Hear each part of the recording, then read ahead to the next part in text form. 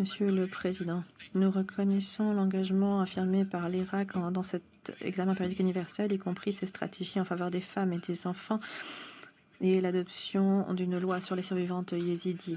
Nous regrettons cependant que pour certains points cruciaux, il soit absent du rapport, notamment la persécution des droits économiques, sociaux et culturels dans le Kurdistan en Irak. Depuis des années, la suspension de la part du budget national par le gouvernement fédéral pour le Kurdistan a eu un impact sur les 6 millions de résidents du Kurdistan.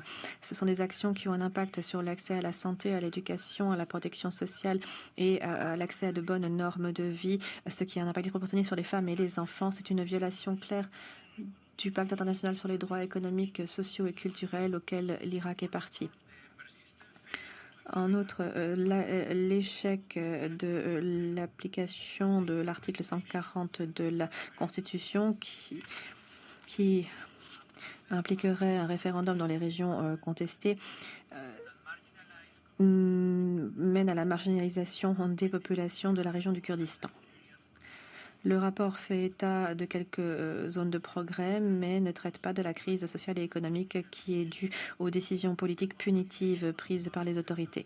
Les salaires du secteur public et les retards dans l'octroi des ressources budgétaires sont des mesures punitives qui ont mené à des milliers de familles à l'insécurité et à la pauvreté.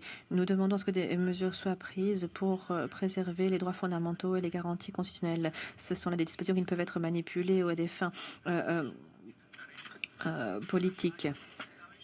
Nous conseillons la mise en place d'un mécanisme international de suivi pour garantir l'application des obligations constitutionnelles de l'Irak et protéger les populations vulnérables, particulièrement les femmes et les enfants. Je vous remercie.